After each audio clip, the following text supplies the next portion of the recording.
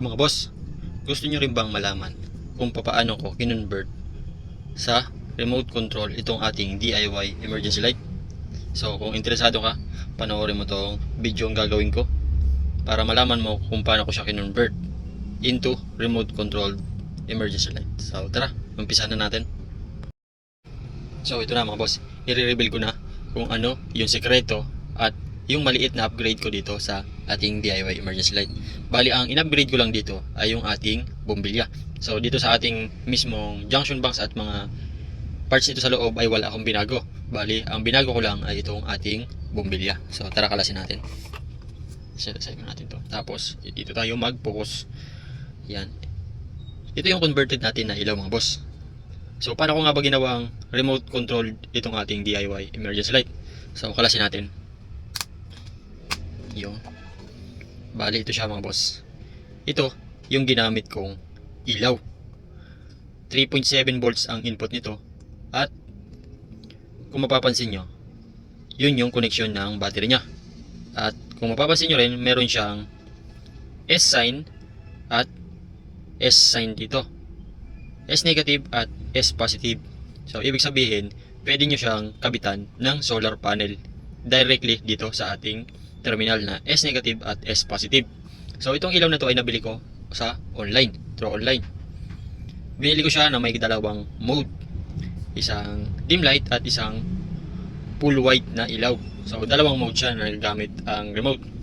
So yung link nitong ilaw na to ay ilalagay ko doon sa comment section para kung sakaling gusto nyo rin gumamit ng ganitong klase ng LED board na pwedeng makontrol ng remote, ay makakabili kayo.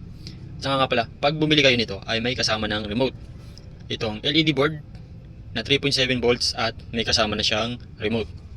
So dito sa part na to, hindi ko siya nilagyan ng solar panel na connection.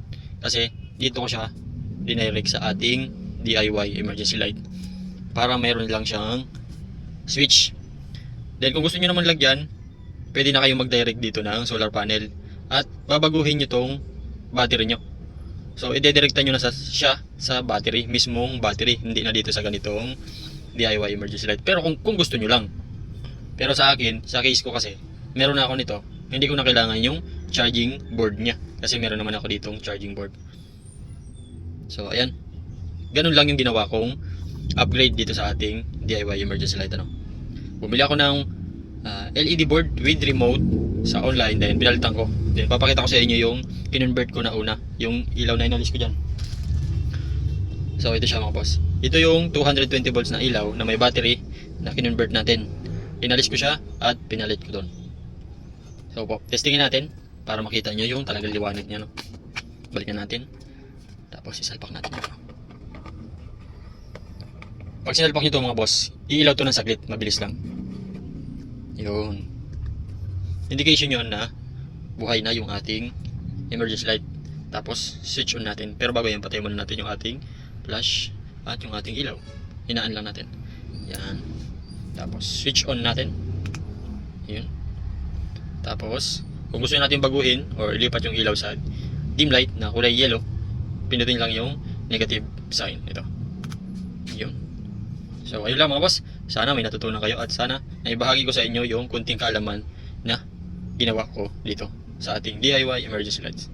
So ayun lang mga boss. Maraming salamat.